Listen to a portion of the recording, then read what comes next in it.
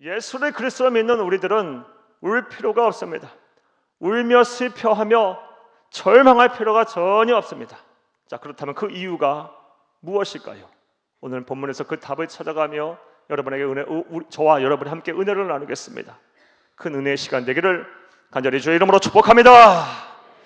이에 대한 답을 본문에서 찾기에 앞서서 먼저 본문의 배경과 내용 설명부터 여러분에게 해드리겠습니다.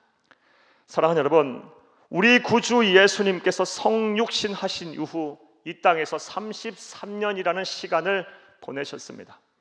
30년은 가난한 목수의 아들로 사시면서 삶의 자리에서 최선을 다하시며 우리 그리스도인이 이 세상을 사는 동안 어떻게 살아야 하는지의 삶의 모델이 되셨습니다. 그리고 3년이라는 시간은 온 인류를 구원할 메시아로서의 공생의 삶을 사셨습니다.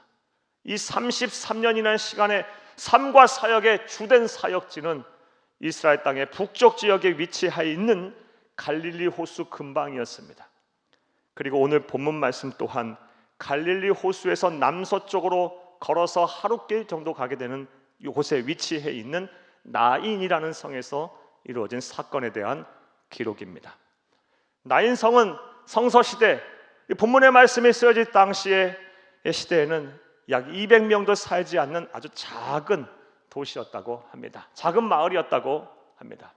그 마을에 오늘 본문 말씀 11절 말씀을 보게 되면 예수님께서 그의 사랑하는 제자들과 그를 따르는 무리들과 함께 이 나인이라는 성으로 들어가셨습니다. 자, 그때 12절 말씀에 보면 예수님이 나인이라는 성에 들어가시기도 전에 나인성 안에서부터 밖으로 나오는 이 장례 행렬이 있었습니다. 많은 사람들이 장례 행렬과 함께 성 밖으로 나오고 있었습니다. 이 장례 행렬은 나인성에 살고 있는 과부, 이 과부의 집안에서 일어난 장례였습니다. 그리고 과부는 하나밖에 없는 자식인 독자를 잃었습니다. 오늘 본문 12절을 함께 읽겠습니다. 성문에 가까이 이르실 때에 사람들이 한 죽은 자를 메고 나오니 이는 한 어머니의 독자요 그의 어머니는 과부라. 그 성에 많은 사람도 그와 함께 나오거늘. 사랑하는 여러분, 과부로 사는 것도 힘든데 하나밖에 없는 자녀인 독자를 잃었으니 이 과부가 얼마나 슬프고 괴롭고 또 고통스러웠겠습니까? 우리가 조금 더 이 과부의 입장에 서서 이 과부의 심경을 한번 헤아려 보겠습니다. 사랑하는 여러분, 이 과부 또한 젊었을 때에는 꿈도 많고 또 행복으로 가득 찬 삶을 꿈꾸는 젊고 아름다운 그런 청년이었을 것입니다. 그런 청년이었던 자가 사랑하는 사람을 만나 결혼을 했고요. 그리고 세월이 흘러 한 아들을 낳았습니다. 그때 얼마나 이 과부가 행복한 삶을 살았겠습니까? 과부의 인생에 있어서 어찌 보면 가장 행복한 순간이 아마 그때가 아니었을까 생각이 됩니다.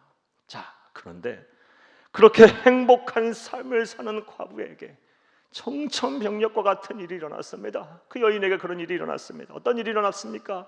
그토록 사랑하고 의지하던 남편이 죽은 것입니다. 청산과부가 됐어요. 사랑하는 여러분, 오늘날에도 일찍 사랑하는 사람을 여의고 혼자 사시는 분들 계십니다. 참 힘들고 어렵게 삽니다. 대체로 참 어렵게 사십니다.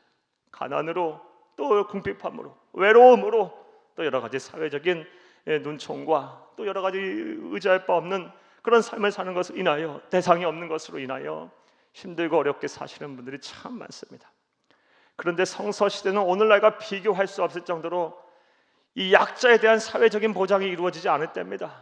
배려가 없을 때입니다. 그리고 여성에 대한 사회적인 진출이 없을 때입니다. 제약이 있었던 때입니다. 무엇보다 사람이 이 세상에 사는 동안 당하게 되는 모든 고난과 고통은 죄 때문이라는 잘못된 인식 속에 살고 있던, 정죄하던 사회였습니다. 그러니 이 여인이 얼마나 슬프고 얼마나 괴롭고 얼마나 힘든 삶을 살았겠습니까? 가난과 궁핍과 이것은 견딜 수 있었을 거예요. 하지만 사회적인 눈초리, 냉대, 비난, 이로 인하여 자기 편 하나 없는 채로 하루 이틀 수날을 눈물로 지새우는 삶을 이 여인 분명 살았을 것입니다. 자, 살고 싶지 않았겠죠. 이런 여인이 무슨 삶의 의지가 있었겠어요. 그러나 이 여인을 살게 하는 유일한 소망이 되는 이유가 있었습니다. 그 이유가 무엇입니까? 바로 하루가 다르게 커가는 아들 때문이에요. 이 아들을 보면서 죽지 못해 살고 나는 살아야 되겠다는 삶의 의지를 불태웠을 것입니다. 그래, 나는 못 먹고 나는 못 입고 나는 못 누려도 내 자식에게는 그런 일을 하지 말자, 그런 어려움을 당하게 하지 말자 하면서 안 해본 일이 없었을 것입니다. 냉대와 비난을 참아가면서 그 전시를 받아가면서 가난과 궁핍 속에서도 잠 못 자면서도 피곤하면서도 견뎌가면서 이 자녀를 잘 키웠을 것입니다. 그리고 오늘 본 말씀에 보면 예수님께서 청년이라고 말씀하신 것으로 볼 때 이 어린아이가 아마 장성을 한 모양입니다. 이 정도 되면 이 여인, 과부인 여인 이제 안심을 좀 했겠죠. 이제 우리 집안에도 기둥이 다시 생겼다, 내 의지할 바가 다시 생겼다 하면서 안심하고 마음을 놓았을 것입니다. 자, 그런데 이게 또 웬일입니까? 그렇게 믿고 의지하던 아들, 유일한 소망이던 아들이 그만 죽어버렸어요. 한 여인의 삶이 어찌 이렇게 기구합니까? 어찌 이렇게 불행합니까? 사랑하는 여러분, 그런데 오늘 본문 말씀에 보면 이 여인에게 놀라운 일이 일어납니다. 예수 그리스도를 만난 이후에 이 여인의 삶에 반전이 일어납니다. 기적이 일어납니다.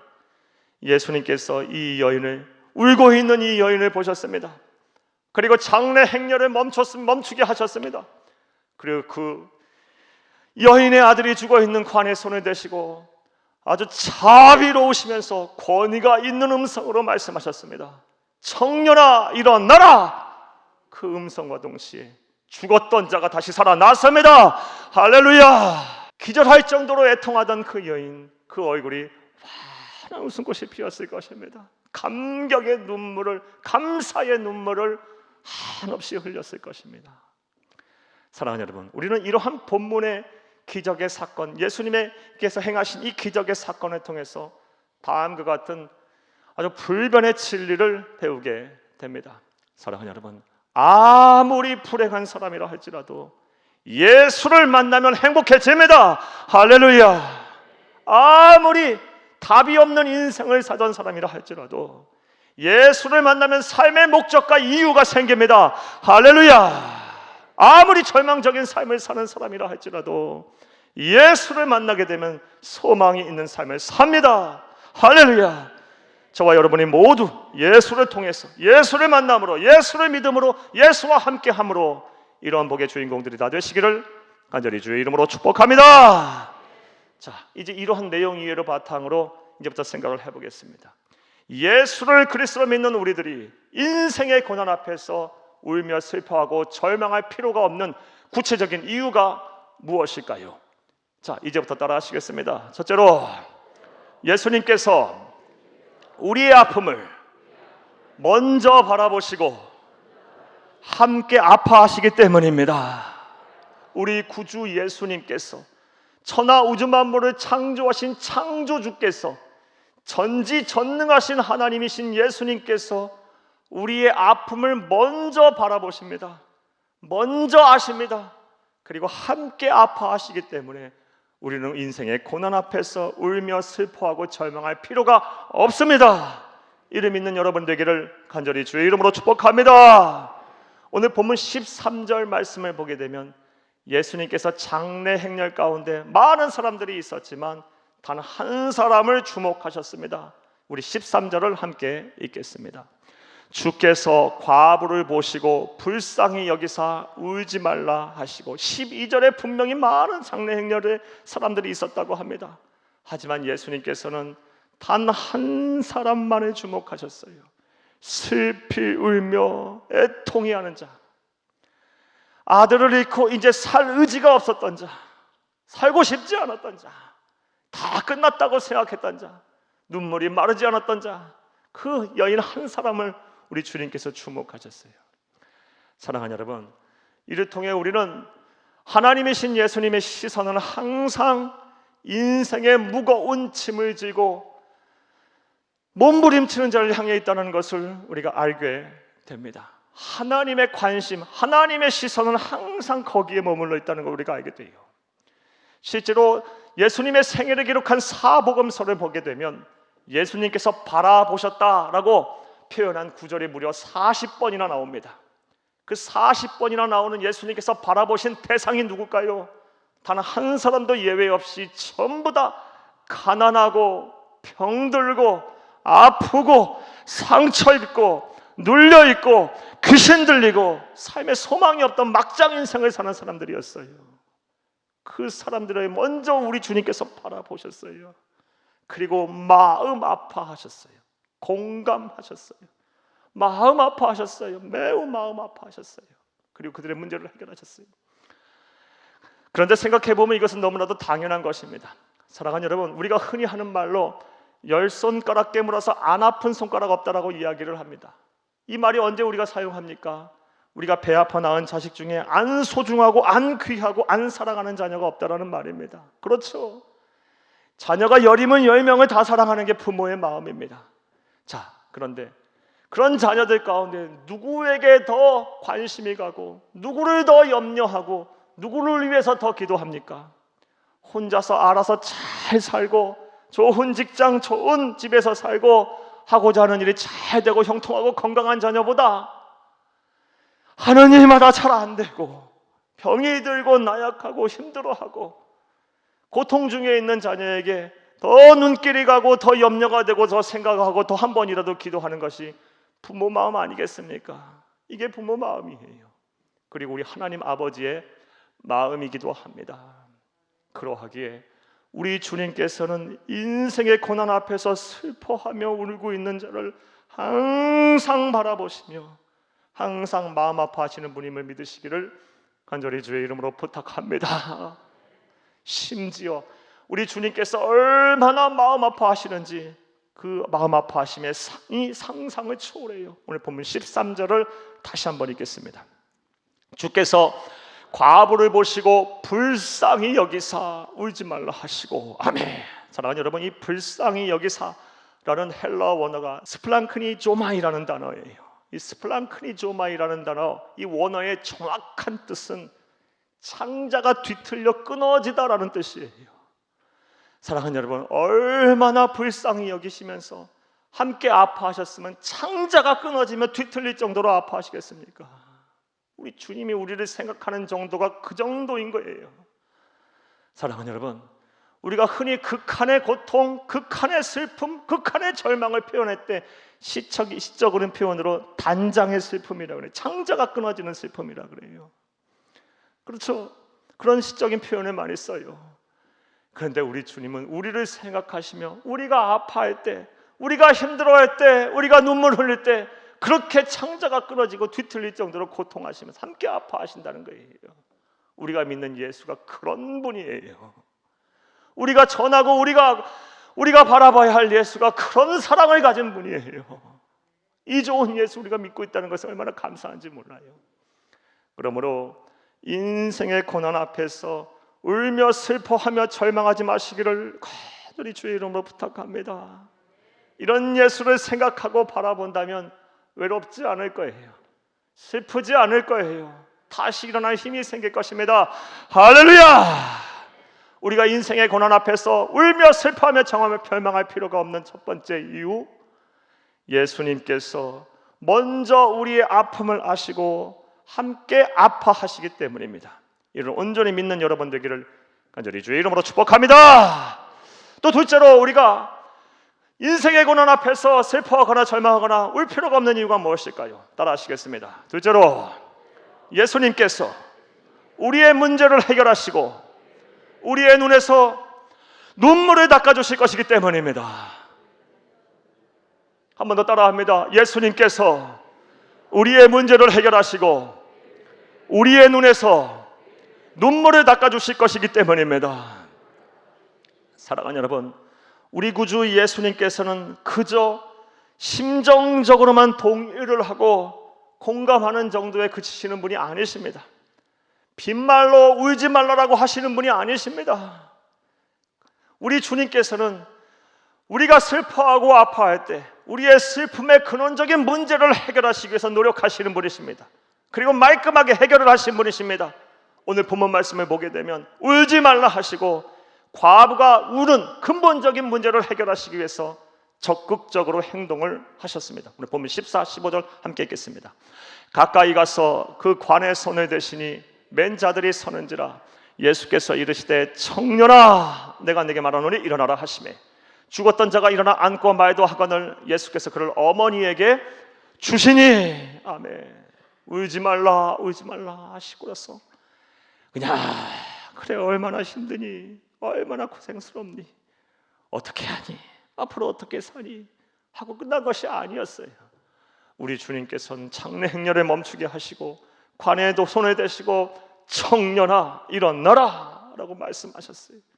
그러자 죽었던 자가 다시 살아났습니다. 말도 하였습니다. 그리고 그 아들을 살아난 아들을 다시 과부에게 주었어요. 우리 주님은 우리의 문제를 해결하시는 분이세요. 우리 주님께서는 우리의 눈에서 눈물을 닦아주시는 분이십니다.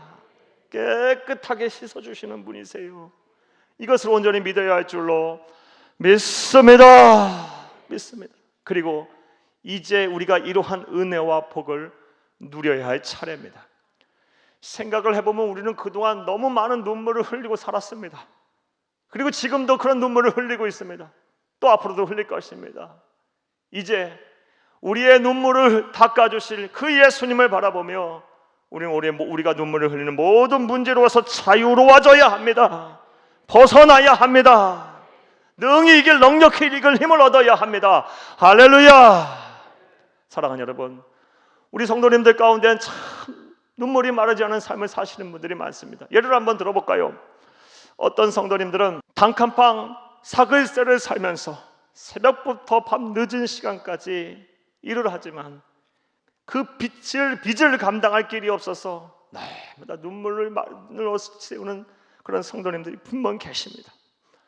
우리 성도님들 가운데 어떤 분들은 실직을 해서 또 사업이 잘 되지 않아서 하루하루 살 길이 막막하여 눈물이 마르지 않은 삶을 사는 시간을 보내고 계신 분들이 또 분명 계십니다. 또 어떤 분들은 다 가정이 평안해요. 경제적으로도 여유가 있어요.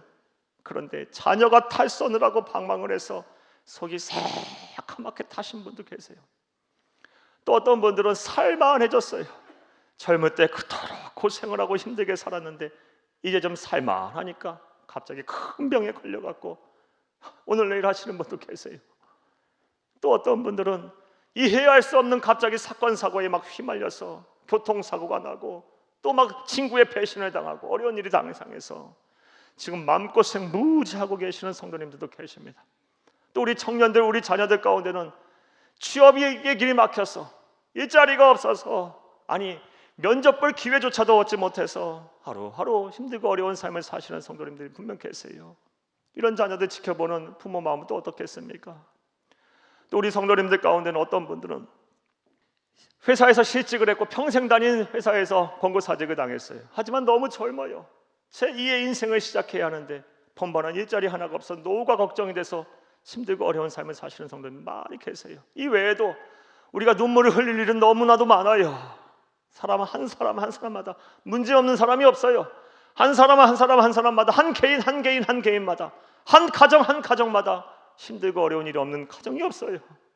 다 그런 삶을 사는 분들이 다 있어요. 우리는 생각해보면 참 많은 눈물을 흘렸어요. 또 이 눈물을 흘리고 앞으로도 흘릴 거예요. 이제 이 우리의 눈물을 닦아주시는 예수님을 바라보고 예수님을 만나고 예수님을 바라봄으로 모든 이 걱정에서 우리가 벗어나야 할 줄로 믿습니다. 모든 우리의 눈물을 흘리는 문제에서 벗어나야 할 줄로 믿습니다. 우리의 눈에서 눈물이 닦아져야 할 줄로 믿습니다. 너무 걱정하지 마세요. 예수를 만나면 모든 문제가 해결됩니다. 예수를 통해서는 모든 문제가 해결될 것입니다. 할렐루야. 자, 그런데 문제가 있습니다. 어떤 문제냐? 예수를 만나면 되는데 이 예수를 어떻게 만납니까? 오늘 본문에 있는 나인성 과부는 예수를 만났습니다. 예수가 찾아왔습니다. 정확한 표현으로는. 그런데 우리는 성서시대처럼 예수님을 직접 만날 수 없습니다.